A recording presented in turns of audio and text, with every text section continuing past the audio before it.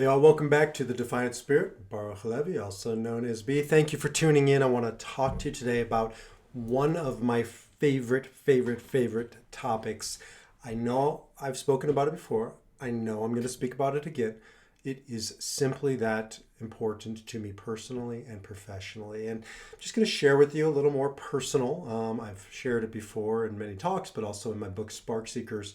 I'm not shy about sharing it. When I was a rabbi back in the day, one of my congregants came up to me afterwards and said, "You need to stop talking about this." And so, what did I do? I'm an Enneagram 8, so I doubled down and I talked about it even more because it was uncomfortable for him and for them. But my job is not to make people comfortable. It is to, as I was once told, comfort the afflicted and afflict the comfortable. And I sometimes forget to do the former, but I'm pretty good at doing the latter. So let me afflict the comfortable. But let me give you a little context before I afflict you.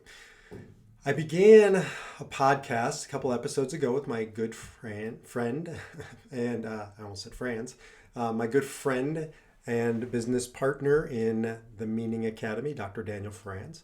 And Dr. Dan is a logotherapist, and so we've created the Viktor Frankl Meaning Academy. I'm very proud of that and really excited to continue our work, build this out together. So in addition to the Divine Spirit, as you can see behind me, I've got the Meaning Academy. If you're watching, if you're not watching, behind me there's a sign that says the Meaning Academy, and then the other side is the Divine Spirit. So both of them come from Frankl, and they're about Frankl. One is my counseling, coaching, consulting practice, the Divine Spirit, and the other is the Academy, where we're going to be teaching these ideas. So we did a podcast. I think our first official kickoff. We've been doing podcasts for well over a year now together, but our first official Meaning Academy podcast, I opened up with a question that Viktor Frankl asked himself every day in the camps. He was a Holocaust survivor, as I'm sure many of you know. And he asked it of himself, and he asked it of patients afterwards. Father of logotherapy, meaning-centered therapy, begins with this question. It's not an easy question. And I even got an email back saying, whoa, that was a harsh question to start with. But it's an important question. And he would say to his clients, why don't you commit suicide? And he wouldn't say it to be provocative. Maybe he did. But he would say it because by the fact that they're talking to him means that they have chosen every single moment of every single day to stay alive. And what he would do is he would build on that to continue their journey on living. No matter what you're going through, no matter how dark it might be, the fact is that you're still here, you're still listening, you're still looking, you're still in the game, you're in the conversation, means you've chosen to stay alive. Now we got to get to the why, because as Frankl said, quoting Nietzsche, he who has a why can endure anyhow. We got to get you back to your why, to build on your why, to live your why, so that you don't just survive, which is a starting point, but that you can learn to thrive. And that's why he would begin with such a raw and painful, harsh question to get to the why as quickly as possible. So it's personal to me on many levels, not the least of which is my father didn't answer that question. My grandmother didn't answer that question. They didn't come up with the why. And they ended up committing suicide. And it was and continues to be tragic on so many levels. What they took from the world, what they took from me, what they took from their loved ones was indescribable and irreplaceable. And so I've spent the past, 25 years professionally, and then 16, 17 years since my dad killed himself, attempting to help people find their why, live their why, answer that question with the affirmative. Here's why I don't kill myself, because, and everybody coming up with their own why. And it's not a static why, it changes over time. But in my experience, the form changes. It's sort of like a vision statement in a business. Work with a lot of businesses, the vision statement doesn't change. The mission statement can change. Certainly the way we go about doing things changes, but our essence, our core, it doesn't change. It hasn't changed since we were a little boy or little girl. To me, one of the things I do when I'm doing personal counseling or executive coaching in business settings is I help people find their, I used to call it their soul thread. In business settings, I'm a little more mindful that It takes a little time to make people feel comfortable around spirituality. So I call it your logos line. Logos means meaning. So your logos line or your soul thread. And what that is that's your why. That's your constant. Whereas all the variables of your life change. Outward form changes. Look, this didn't always look this way. Used to have hair, used to have less, stomach. That changes. But there's an essence in me. Dr. Frankl calls it your nous, your spirit. Call it whatever you want. There's this line that has been a thread throughout your entire life. And our work is to get back to that line, to get back to your logos line, to get back to your soul thread. And thinking back when you were 5 years old, or one of your earliest memories, 3 years old, when sort of the first time we can fully remember, somewhere between 3 and 5 maybe, getting back to those memories. And you start teasing out those memories. And then look at, 10, 15, 25, 30, 55, 75. You can see the logos line. You can see the soul thread woven throughout the entirety of your life. And so helping people get back to that logos line, because when the circumstances of life batter you, especially as when we're in the afternoon of life, the second part of our life, and we can't lean on the things that got us through the first part of life, our looks, our energy, our connections, our talents, whatever it might be. Those things are variables. They change over time. We got to get back to the core, the nuts and bolts, the logos line, that thing that will be with us till our dying breath, and find it and name it and explore it, to tease it out. So I work with people to get back to your logos line, to your soul thread. And what happens invariably in my counseling with people is you watch them come alive. I don't care what you're going through when we meet. And I don't meet people who are just, coasting along, having a good old time with no care in the world. I've had more than a few people reach out to me in that place. They tend to be Enneagram 7s, not always. Enneagram 7s, the enthusiast. And they're very sincere about self-help and the next thing. But unless they've hit what I call the shattering, one of those life crossroads that brings you to your knees, they don't last. They don't stick around. And so I don't work with them. I tell them to come back to me. Now I'm very, afflict the comfortable with them and say, I care about you. I respect you. I just won't work with you. And come back to me when you've had a shattering. Sometimes they're quite taken aback. I've literally said that to a few people, and they don't know what I mean. I said, exactly. So come back to me when you know what it means, because I'm not your guy. I'm not. It's a waste of your money, right? It's a waste of your time and energy and money and mine to work with you until you've hit that pain point, until you've been brought to your knees, until you realize ain't none of us getting out of this alive, and suffering is real, and our job isn't to outrun it, to outmaneuver it, to create more money, to create more opportunity, to lose some more weight, to get the next plastic surgery, whatever it is. There's only one way through it, and that's through it. And Enneagram 7s in particular, though we all can do this, want to go around it, want to go above it, go backwards, but you got to go through it. How do you go through it? By getting in touch with your core, with getting in touch with those values that have not changed. And so part of our work is we root down in your core values. I can't tell you how many people I've worked with who don't know their core values. I'm not talking platitudes. I'm not talking, Hallmark card notions. For instance, one client I work with, their logos revolves around responsibility. Now, that can be a platitude of be responsible. No, not for him. His responsibility goes back to childhood, when he didn't grow up in a home where he had one of his parents was very irresponsible, and he took on the role of being the parent, of being the responsible one, and he hated it. He struggled with it because he didn't want to be. Understandably, he wanted to be playful. He wanted to be a child and carefree, but he didn't have that luxury, didn't perceive that he had that luxury. And so responsibility. And at every step of the way, responsibility, he's had this love-hate relationship with it. And so one of his foundational core values is responsibility. And for the past year, we've been just digging into what is responsibility and what is yours to be responsible about and what is not yours. And is it really responsible to take on things that aren't yours? Is that really? And so we just have built his entire world around this stake in the ground, responsibility. That's not mine. That's a piece of mine, but that's not mine. Mine comes to truth. Is it true? I revolve around this word, and I can look back to my childhood and see a truth component. And my teenage years doesn't mean I always lived up to it. Doesn't mean I always told the truth. I period of time I was a big liar. So we can grapple with it in the opposite way, but finding that logos line and coming back to it. It's why I'm not a rabbi anymore.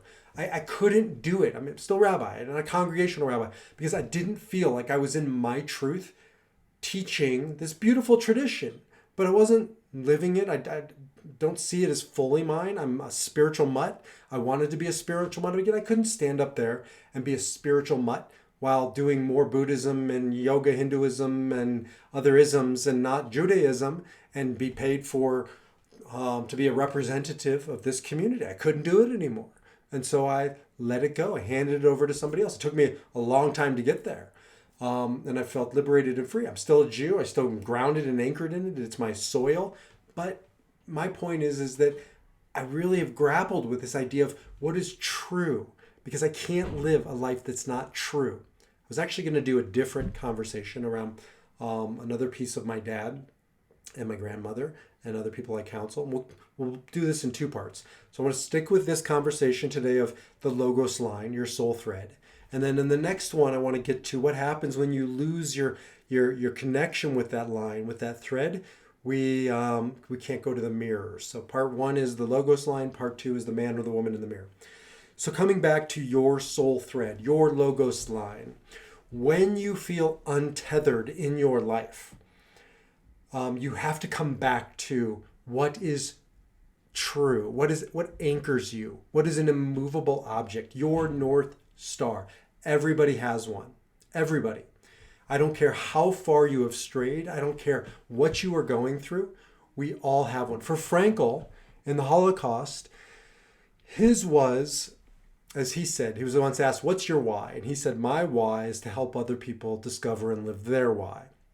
Well, he had everything taken from him, as I've shared many times, and I'll share many more times. His wife was murdered, his unborn child was murdered, his parents were murdered, his brother was murdered, his family, his friends, his community. The one last thing he had going into the camps, his wife had sewn into his coat his manuscript, which later became Doctor in the Soul, his sort of magnum opus. A Man's Search for Meaning is his most popular book, but Doctor in the Soul's his most comprehensive book. I think probably the best book, but only if you're interested in logotherapy. And he had the manuscript sewn, or at least there was a precursor to that book, sewn into his coat. And then the last thing that he had, any semblance of his humanity, I mean, everything was taken. They shaved his head, they shaved his eyebrows, they shaved his body. He says in Man's Search for Meaning, all he had left was his naked existence. But prior to that, the one last thing he had was his manuscript. And then they took his jacket, they took his coat, they took his manuscript, and he had nothing left. And so during the Holocaust, one of the things that kept him sane, that kept him surviving, to move forward, to live out his why, was he knew he had to reconstruct that manuscript so that other people could benefit from it. And that was his logos line. It was with him from beginning to the middle to the end. His entire life, that thread runs through his life. What's your manuscript? What's your thing? It can be, and it wasn't about the manuscript. It was about what was behind it. The need to help other people discover their why was his why, right? That act of duty, of service. What's your logos line? And so thinking about it, not just where you are right now, because when I oftentimes work with people at life's crossroads, they're untethered. They don't have that connection. I was just working with somebody going through divorce. I think divorce is one of the things in life that we don't appreciate unless you've gone through it. And every divorce, but especially the darker divorces, how it untethers you from everything you thought you knew was true, everything you built your life around, you've defined yourself by. Lots of people I work with are, they've lost themselves in the marriage and they need to get out of the marriage. But at that point, they don't know where to get their foothold. And so we find that stepping stone, that line to help tether them by going back early in the marriage, going back to prior to the marriage, to childhood, and anchoring ourselves in those core values, in that logos, in that meaning that was there when they were 5 and 15 and 25 and 55. Get back to that. Reorient ourselves back to that. It's a North Star, right? If you're lost at sea, you gotta, and you don't have technology, you can navigate by the stars. Same experience in my work guiding other people. You can navigate by your values, by your logos, but you gotta find it again. You gotta orient yourself back towards it again. And so looking backwards and tethering ourselves to it. Parker Palmer, teacher of mine, tells a story in one of his books. I can't remember which one, but all of his books are amazing, about the Midwest and the snowstorm. The farmers in the 1800s, they would have these whiteout snowstorms. They still do. But, back in the day, no technology, whatever. He had to get from the house to the barn. And there were stories about farmers who died. They just lost their way in a whiteout. If you've ever been in a whiteout, I grew up in Nebraska. There were whiteouts. I remember them. We don't have them so much here in Colorado, believe it or not. I think up in the mountains they do. As an aside, they would die. They would be like feet from the house, so close to the house, but they couldn't see it, and they would just end up dying. So what did they do? They would tie a rope around their body, and they would go out to the barn, and then they would find their way back to the house holding onto this rope. That's what the logos line is. It's your tether. It's been tethered to you since you came into this world. I believe it's tethered to the next world. I believe that this logos line is with us through existence. You haven't changed from life to life. Yes, I believe in multiple lives, and in the continuation goes on. And that whatever that next form is, I don't know if it's a human form or if there's some other reality that I just can't conceive of yet. When I get there, the logos line will look the same. My essence, in Kabbalah we call it your neshama, that doesn't change, your spirit, your soul. And so getting back to that, because when you are out at the storms of sea and they're tossing and turning you, that is the only way to navigate. Don't navigate by looking around you at your circumstances. They lie to you. They tell you to go in directions that aren't good for you. I see this all the time in the afternoon of life. People want to revert to what they know from the morning of life. So, for instance, person I was working with in divorce, they want to get onto a dating app. The internet wasn't a thing when they were dating last, let alone being on a dating app. And now they feel like it's time for them to start dating again. And so they were talking to me about exercise and getting in shape and getting this, that, and the other done to their body. And there's nothing wrong with it. There's everything right with taking care of yourself. I'll argue changing your appearance, but I have no judgment towards it. I just want to help people get back to their essence.